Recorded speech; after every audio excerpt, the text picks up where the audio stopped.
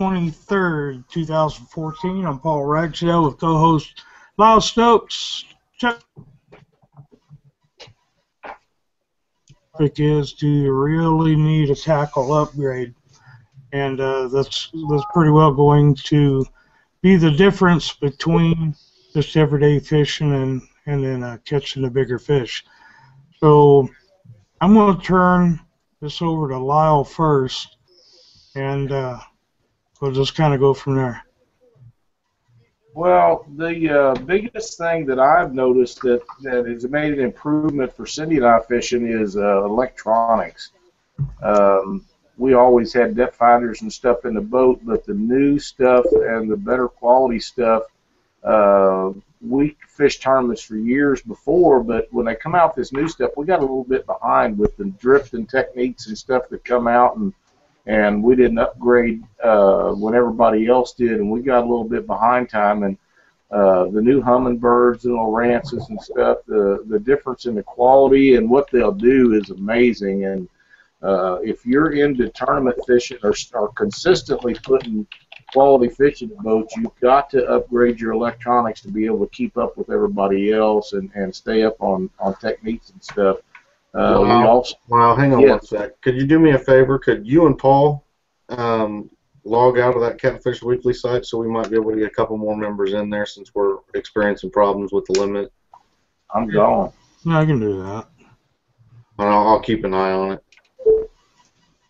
And we'll see if we can't get a couple more people in here. How's that? I'm not, and I closed the Catfish Weekly page, so it should help. Yeah, you have to close the Catfish Weekly page. It still shows Black Horse in there. I'm completely out of it. Well, it seems like we always run into a little minor thing every week, don't we? Right. Yeah, I'll refresh it and see if you're still in there. Yeah, it still shows you's in there. I'll just block you out of it and then unblock you later. That's fine.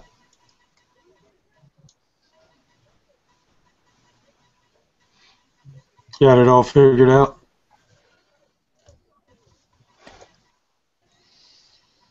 No, actually, well, block. There we go.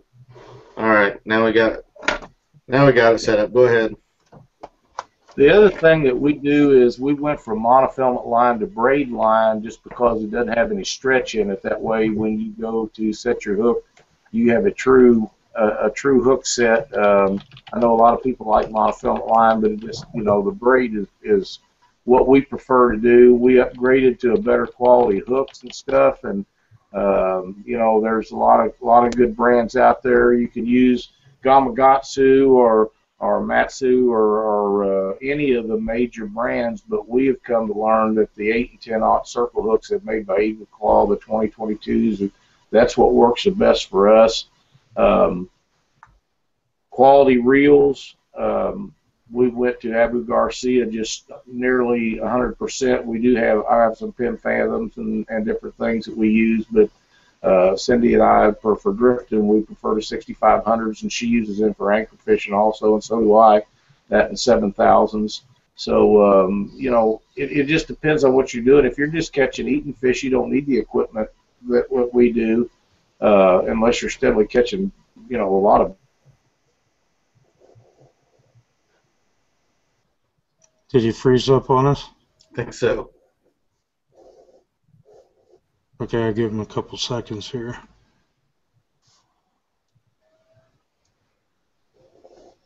All right. Here's we'll go over to Chuck, and we'll wait for Lyle to get back in. Go ahead, Chuck. Yes, a couple years ago when I started hanging up on some pretty large fish, I was using the ugly stick catfish rods, $29.99. I had some 5500 Cs, and I started hooking up on fish that they couldn't quite handle. Every now and then I could get in a 40 or a 45 before I got snagged up and would lose fish, had them breaking off. So I started just upgrading a little at a time, went with some 7000s, and Started getting me some, original catfight takedown rods from bottom dwellers, and I would get some. I got a couple of ugly stick tigers, which, $50, for a rod. The tigers are about indestructible. I've never heard of anybody breaking one, but after I ended up, spending about $150 on a rod, I was able to start getting those fish in, and I was more comfortable about it. And then I made the switch to braid also, which has really built my confidence, because I had a lot of issues with, most of it's probably my fault for not checking my mono for breaks, potential breaks, rough spots, and gouges, which I know a lot of times when I've broke off, it's been my fault on that.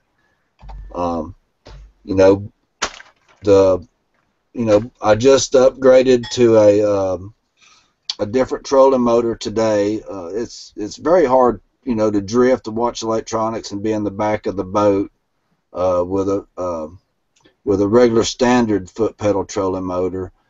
Some of the trolling motors have foot pedals with 18-foot cords, but most of those also have the option where you can run the co-pilot and iPilot anyway if you've got the extra $150 to get your co-pilot. But I think, by me being in the back of the boat and being able to maneuver my boat and being back there where I need is going to be a big plus for me. Being back with the electronics, not everybody can afford to have, nice electronics on the front of the boat and the back.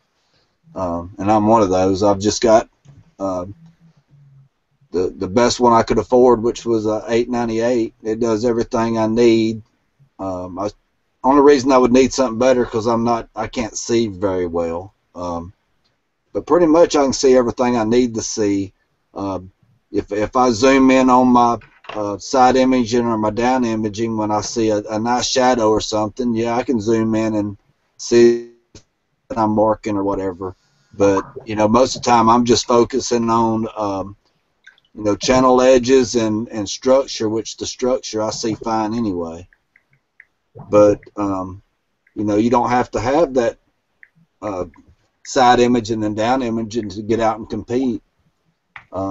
They offer some 5-inch screens that's just got down imaging, which you can find the structure that's directly below your boat or not very far out, which I use my down imaging a lot anyway.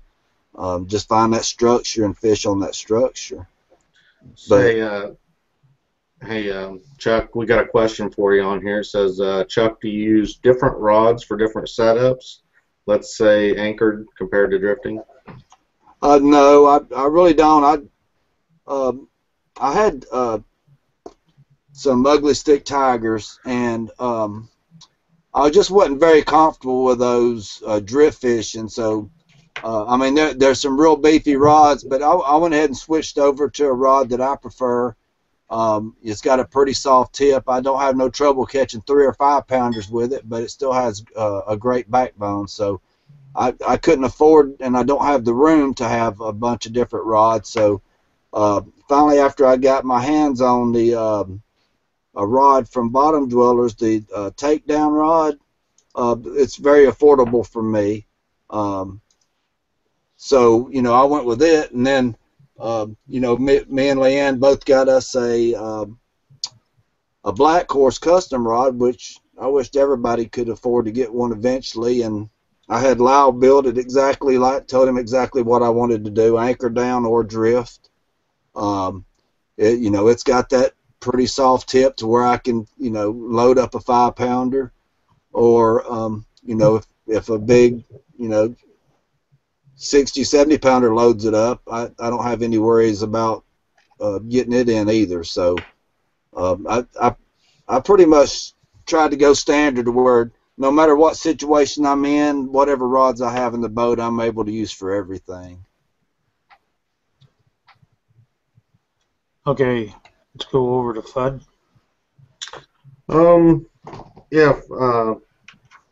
you see a lot of guys that show up to tournaments, and you know they ask for opinions on what they should get for a reel or for a rod, and really it's a real subjective question. I mean, for each individual, I can go out to tournaments, and you'll see me out there with 11.99 giant, 42-inch, fish finder, and I might get last place in that tournament, whereas the guy that goes out there and has, the tiny little 2-inch one that has nothing but the circle on it, and is old school, can go out there and win that tournament. You don't necessarily have to have the best of the best to go out there and do well in tournaments, or to even just catch catfish for fun. What you probably need to do is do a lot of research. There's a lot of websites out there right now. Catfishing Pro is one good one that I know of, where you could go and you could ask any question you wanted, and you're going to get pretty good responses to it. And they're going to tell you, what kind of budget are you working with, what kind of fish are you looking for. There's really a lot of things that factor into gear on whether you need to upgrade or you're good with what you got. I mean, there's plenty of guys that can go to Walmart and get that ugly stick that they sell there for like $19 or $29, and go out to the ponds and catch 5, 10, 20-pound fish and not have a problem ever with that setup. I mean, you can go to Walmart and get a perfectly good setup to go out and catch catfish. When you get into tournament catfishing and you start to get a little serious about it, that's when you probably want to step your game up and start looking at maybe different types of line, different hooks.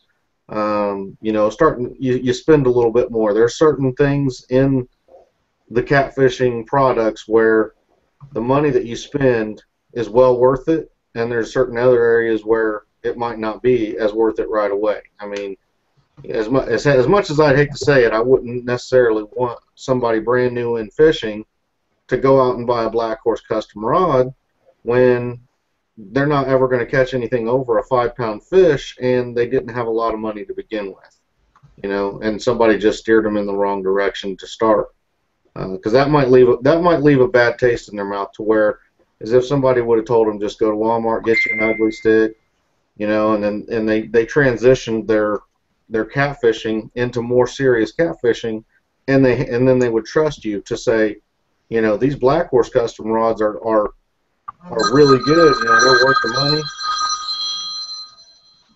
Yeah. And they'd be more likely to believe you down the road. I mean, that's you want to build trust and relationship with people. It isn't by trying to sell them the most expensive stuff, or trying to tell them that the most expensive things are the best, because a lot of times it's true, but there's a lot of times where that's not. And I think what you need to do is really look at, like I said, doing a lot of research for what you're doing. You get that research, you take your budget, what you have, and what you're going for, and you try to make the best decision possible for yourself. One thing I'll talk about kind of quickly on is the differences between some of the things. Like a Black Horse custom rod compared to a Tiger rod, or a rod that you'd buy from Bottom Dwellers. The difference in those rods are going to be, there's a backbone in a rod, and a lot of mass-produced rods, the company doesn't go through and individually find the backbone of that rod. There's a special technique you have to do to find the backbone of that rod, and if you set that rod up correctly with that backbone, that rod is specifically made for that backbone, and it's going to work better for catching fish. And then, like I said, a mass-produced rod, they're not going to find that backbone. They're just going to slap the eyes on it, slap the reel seat on it, and it's going to be like every other rod out there. Now, with the Black Horse custom rods, that's when you're getting up into a little pricier rod, but you get to customize it completely out. I mean, you can tell Lyle that you want ceramic insert eyes or stainless steel eyes. You want a cork reel seat or cork handles, or you want the butt cord gripped handles. You can tell them what size you want it, what action you want, what model of blank that you want, what colors you want on the rod.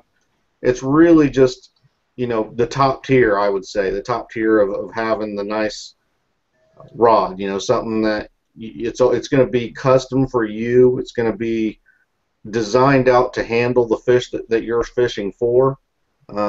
It really is, you know, the top of the tier, and it's not, honestly, for what some people charge for custom rods.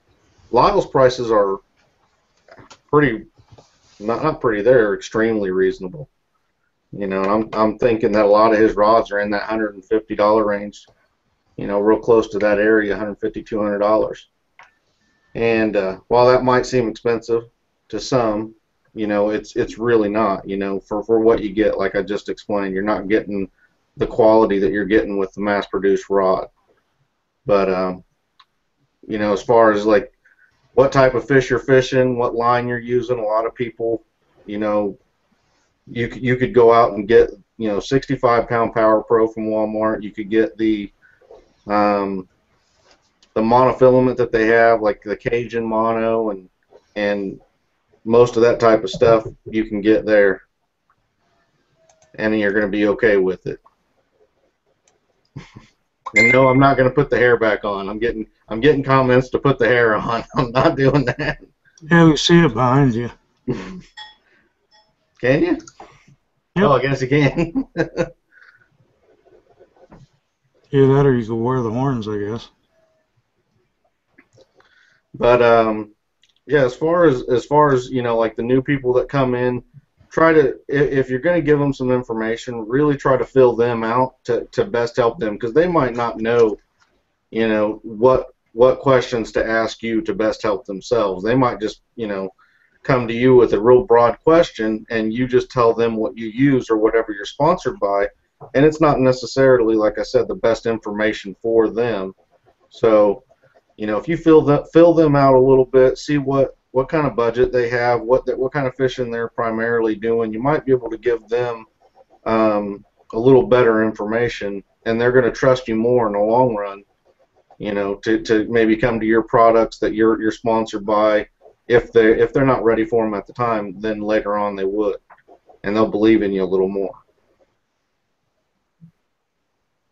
I guess what we're trying to say is, if you're just catching table fare, or you're just out fishing for fun, and you're fishing in a local lake, local creek, or something of that sort, do a 404, a Shakespeare, catfish combo, or something like that, and I would go with a minimum 20-pound test if I was doing just that. But when you it was like 3 years ago, I started seeing all these huge fish, and talking to different people in there and whatnot. As soon as I started having fish breaking my lines, snapping the eyelet off the tip of my pole and stuff like that, that's when I started looking into the other equipment. And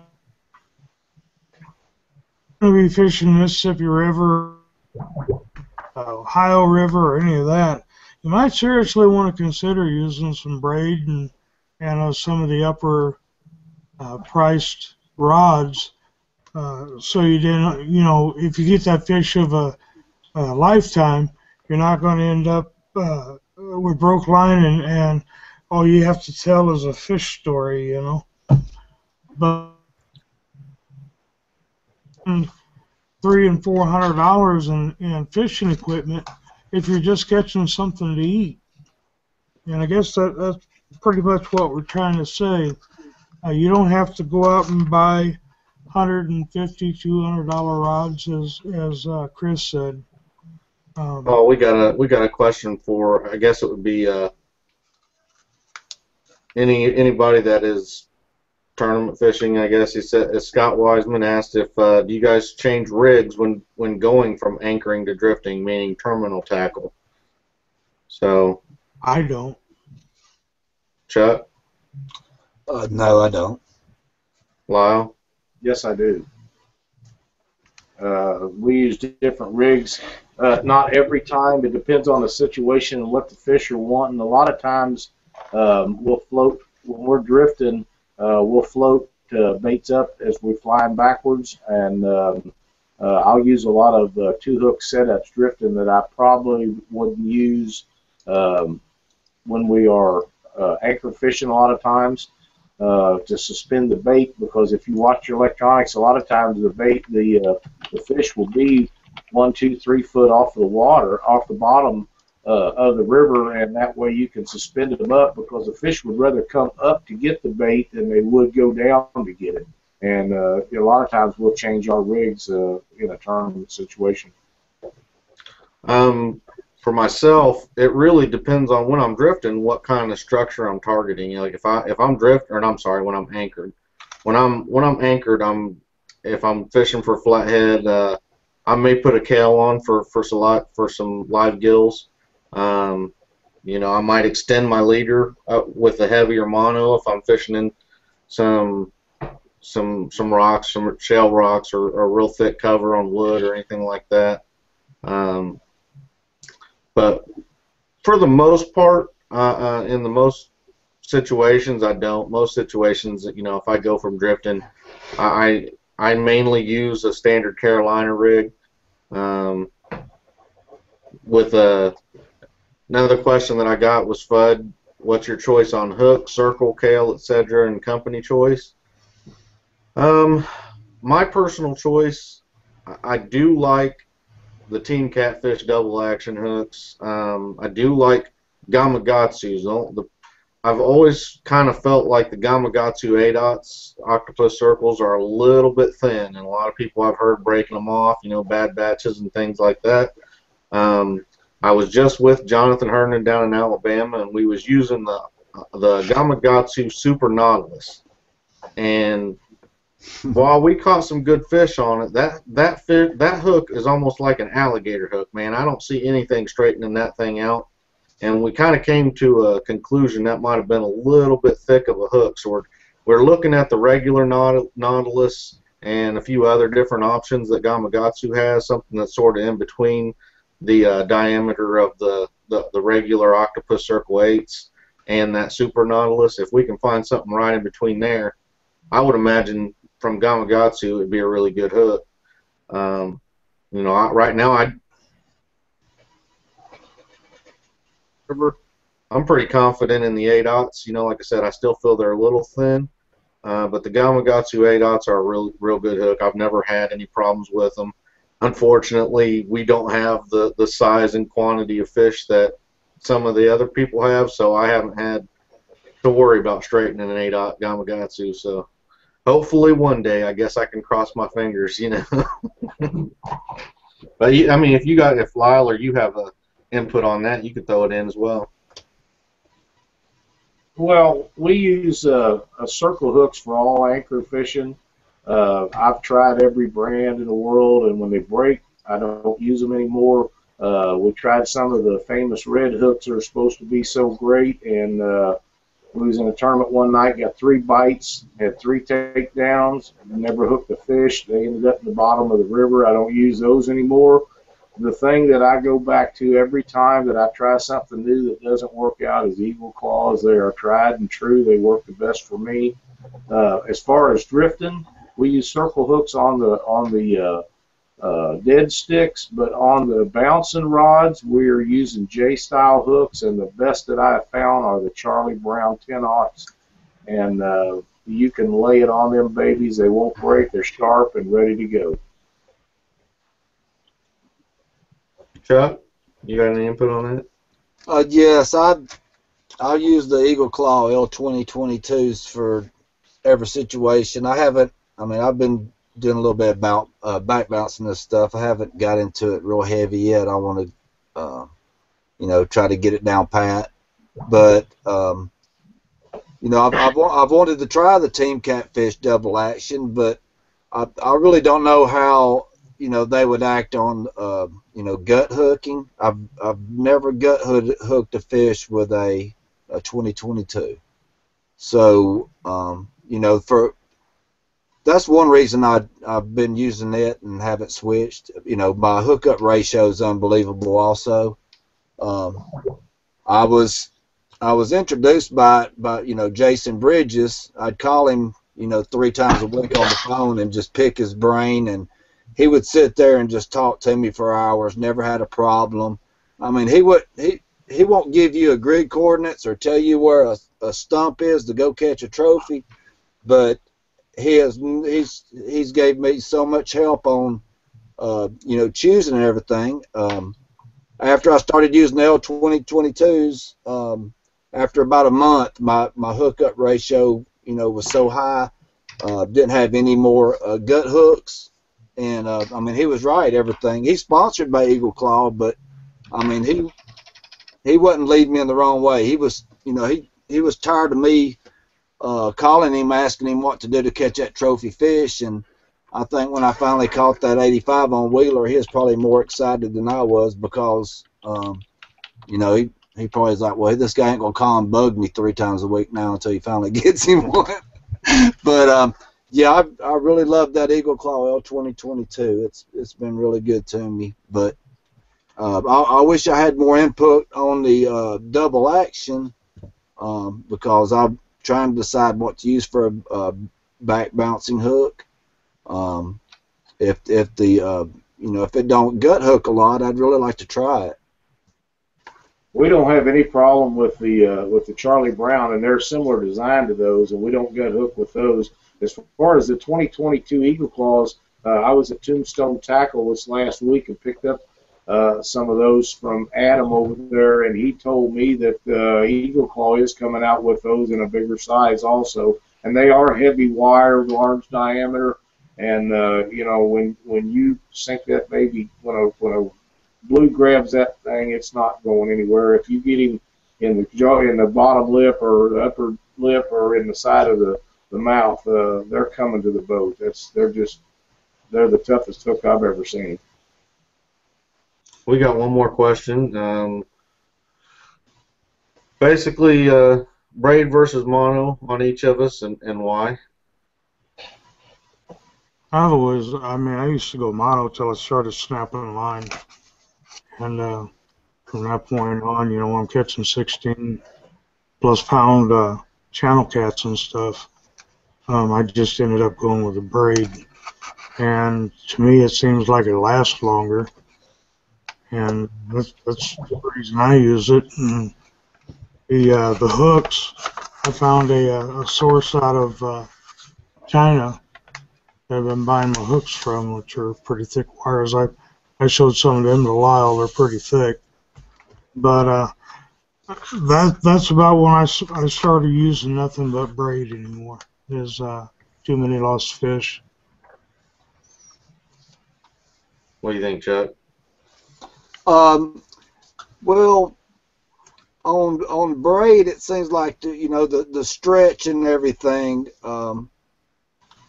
I mean, I'm not an expert on fishing lines or anything like that, but it seems like the mono in some ways helps the circle hook have time to settle in the fish's mouth during the stretch, and has more time to get that hook at that point set, and then as he stretches it sets it better. I've had a few more misses using braid. When I was using mono, it seems like my hookup ratios were a lot better. But I'm cranking down on them a little bit quicker now using the braid. It seems like the longer I would let them take it down without cranking down on it's when it would go ahead and slip on out of their mouth. But I'm trying to adapt to it. But I'm really liking the braid. I haven't been using it for about 6 months now. You think that stretch needs to equate with all braid, not like or with all mono, I mean, and not like a braid with a mono leader, or you think you need to get that right amount of stretch, you need all mono? Well, I don't know, because at the same time I was switching rods. So when I was using that mono, I had stiffer rods, which I think the mono was really helping me with my hook sets. But now, since I got some lighter tips, and using that braid, I've got the rod's helping me out more, you know, getting more bend before he notices it's there. With that heavy action rod, where, you know, with braid, you know, that they can feel it immediately. It don't have time to slide and set. It'll slide right out of their mouth. But when I was using the mono, I had, you know, stiffer rods and stuff at the time. So I think the rods are really helping me more than anything. Wow, did you already talk about that or no? No, I'll touch on it just a little bit.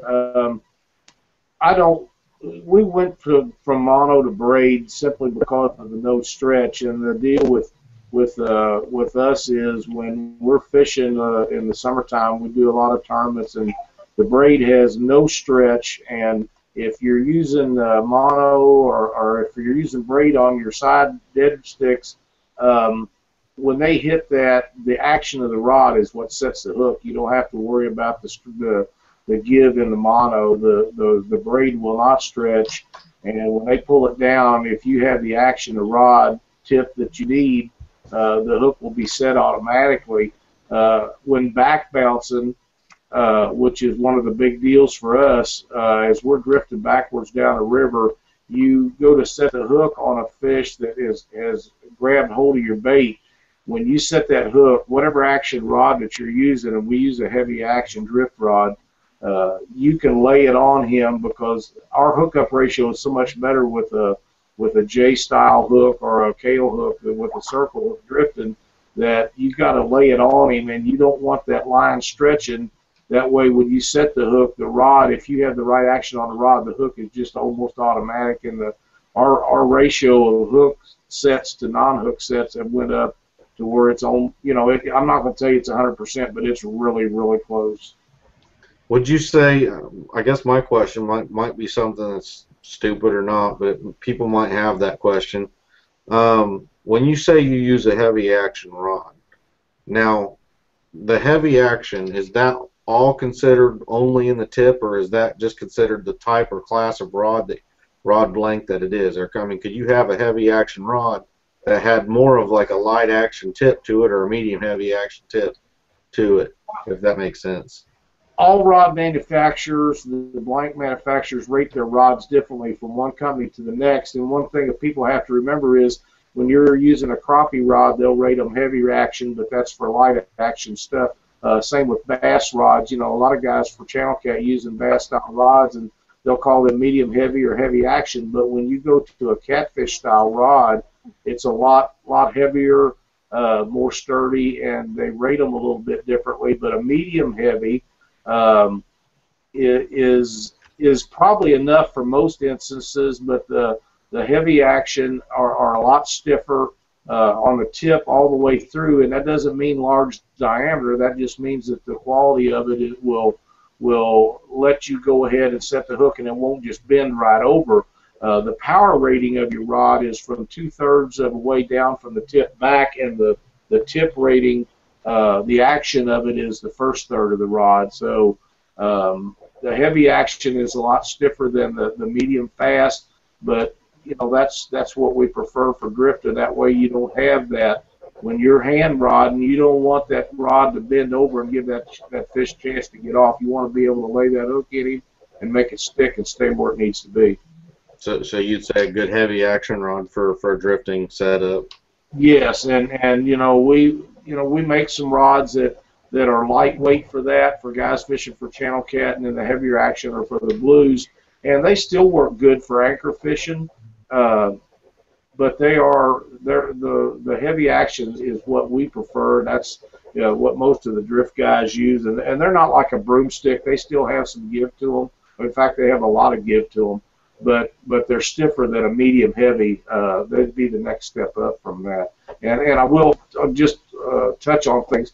You know, guys that are fishing ugly sticks and stuff, and there's nothing wrong with doing that, but the way they rate those blanks is a lot lighter than what the custom manufacturers rate them. You know, they'll call a medium heavy, which is what we would call a light, or they'll call a heavy action a medium heavy, and it's just not that. You know, they're rated differently for each manufacturer. Yeah. Okay, I need to do this real quick. the contest is still going, or the giveaway for the Whisker Wear apparel and catfishweekly.com. You need to make a sign like this. I don't think you can see it. Can you guys? Well, Yep. your picture went to. Okay, there you go. Okay, now it should have straightened out. But what you want to do is put catfishweekly.com and Whisker Wear apparel. Put it on a piece of paper. Put it in front of you just like this. Take a picture and upload that to Catfish Weekly Facebook page, and that'll be your entry. And then at the end of this month, we'll choose the winner. We do it by random.org, so you know it's not a good little boy network. Just giving it to somebody we know. You'll actually get to see the drawing. So the giveaways for a white or black hoodie, your choice, which color you want, 2 koozies and a Catfish Weekly, or not a Catfish, a Whisker Wear apparel sticker. So I wanted to get that in, and I hope to see a lot more entries than what we've got, because the Catfish apparel's pretty cool. And I guess, are we ready for the last minute? Yeah, the closing statements. There you go. Okay. We'll go with Lyle, then Chuck, then Chris, and then myself. So, any last words, Lyle? Absolutely. I wanted to let everybody know that we have a fellow catfisherman that has been diagnosed with cancer. His name is Calvin Myers.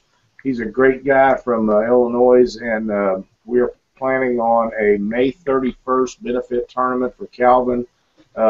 We're getting just outstanding comments and numbers of people that are donating prizes for this benefit tournament, and I'd like to see as many people could show up. We haven't got a spot figured out for it yet. It's going to be somewhere on the Mississippi River and places that Calvin fish, and everybody that could attend, it would be awesome if you could do it. It would be a 50% payout going to the fishermen and 50% going to the family for travel expenses, because they're having to put him in St. Louis at the hospital, and it's a big deal for them as far as getting people down to see him and stuff.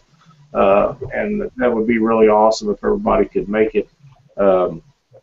So, you know, if we can get a big crowd there, that would help the family out a great deal. Calvin's a really good guy. He's fished a lot of tournaments. He's on Facebook. He's on all the boards and everything. He's just an outstanding young man. He's 28 years old, so we need to help him out all we can. The only other thing that I have for tonight is, when we're talking about upgrades and stuff, the way we like to eat right there is my snack of choice in the boat. Everybody should have a can of Vienna sausages, so they got plenty. Ugh. I got one more thing for you, Lyle. All right, buddy. Yesterday. Hang on, real quick. Robert Tallman asked, can items be donated if we can't be there? Yes, absolutely. You can send them to me. Contact me on Facebook or on Twisted Cat Outdoors, and I will give you my address. Right now we have people sending stuff in already. We've got 2 Cat River anchors on the way, and Whisker Wear apparel, and hardcore catfishing. Some others have given us the go-ahead that they're going to be sending us products for this giveaway, so it's really going to be a big deal for Calvin and his family. And Ricky Bracken yesterday donated 2 boxes of stuff that we're going to give away at the tournament, and it was just, you know, the help that we're getting right now is just overwhelming. So by the time this tournament comes up, it's going to be awesome. Is that it? So far, yeah. Okay. Well, what I wanted Lyle to kick on real quick, we was at the Cat tournament outdoors trail, and I wanted Lyle to kind of go over maybe the top 3, because top 3 were just awesome, and I I wasn't allowed to hit that and tell how much money was involved and all that cool stuff. Absolutely, I'll be glad to. I'm pulling it up. Just give me 1 second here, and I'll have all that on here. Twisted Cat Outdoors tournament for March was in St. Louis at Columbia Bottoms. We had a 30-team turnout down there, and it was extremely cold.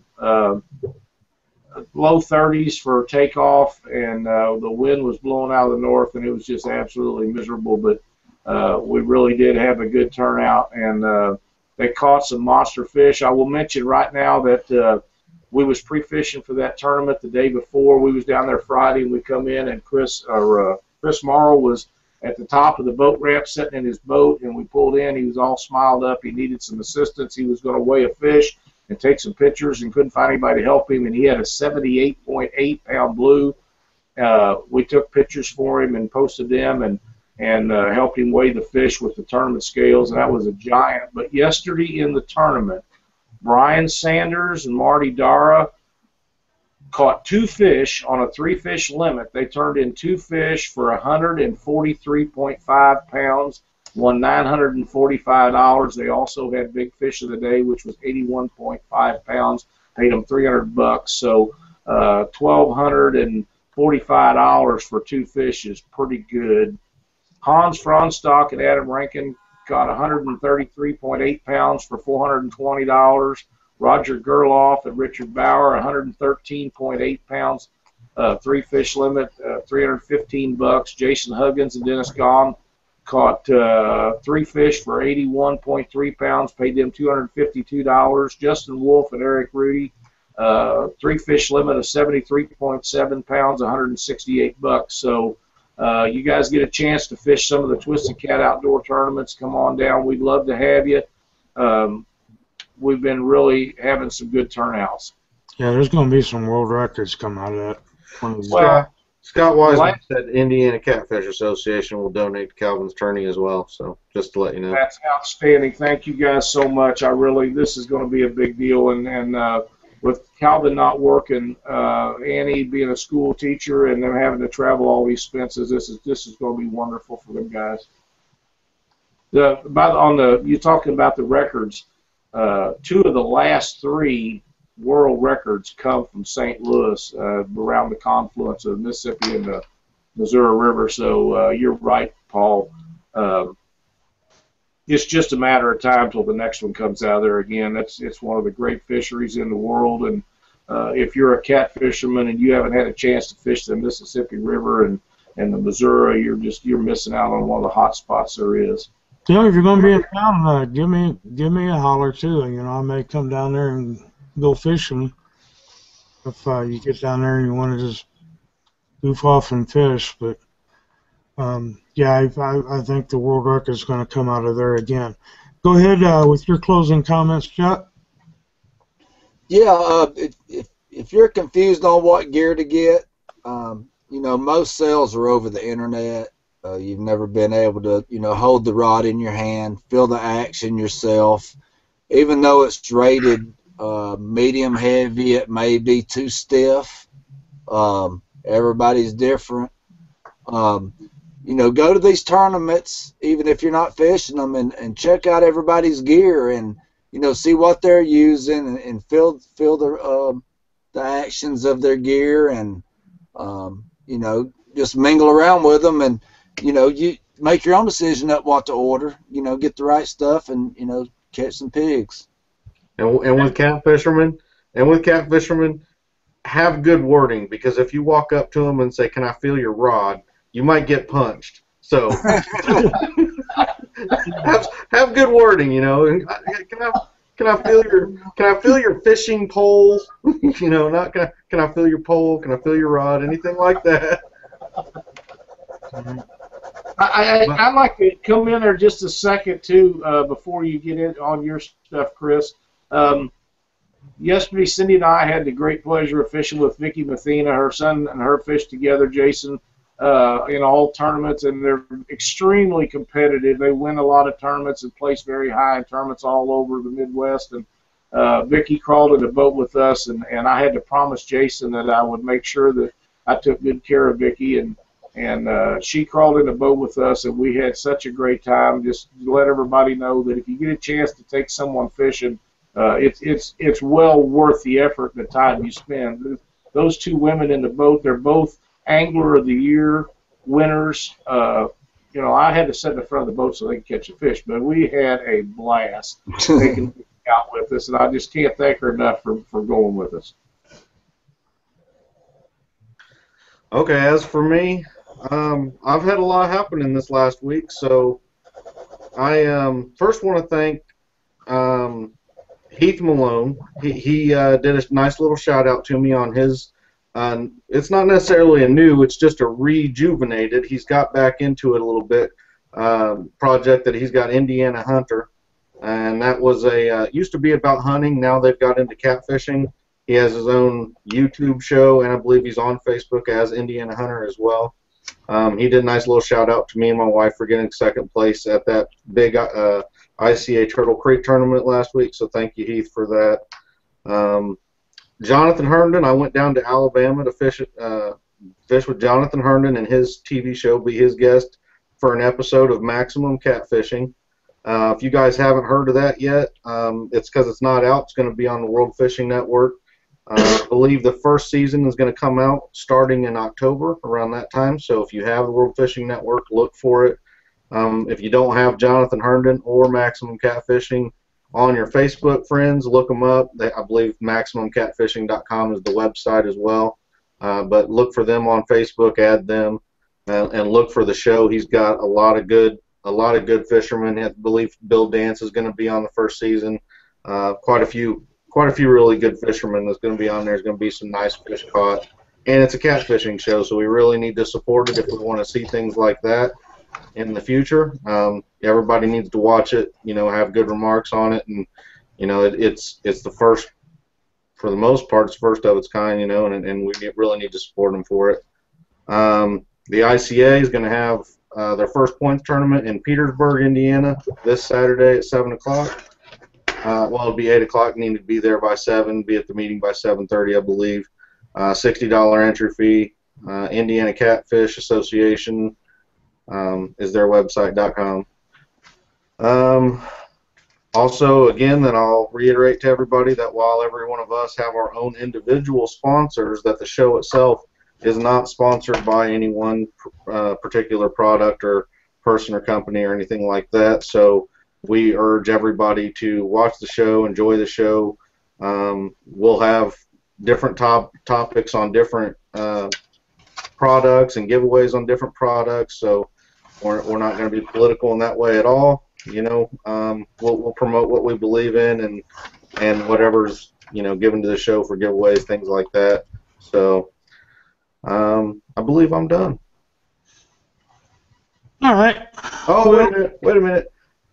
Jonathan, I got my personal best blue when I was down there filming with a 64-pound blue. It was awesome. So be looking for that picture. I haven't put them out. I know Jonathan did when I caught them, but I haven't put them out on my page yet. But they'll be out, and they'll be my cover photo and everything else under the sun here very, very shortly. He tagged you in it, so it's on your page. We don't care about Chris. personal best. We don't Thank care. you. Anyway, guys, I guess we're going to close it out tonight and BSing. And if you have any questions at all, by all means, go to catfishweekly.com, and you'll see the email under each one of us. You can send us an email, ask us a question or whatnot. I guess we'll just roll it up then. And again, thanks for watching. Until next time, if you ain't fishing, you ain't living.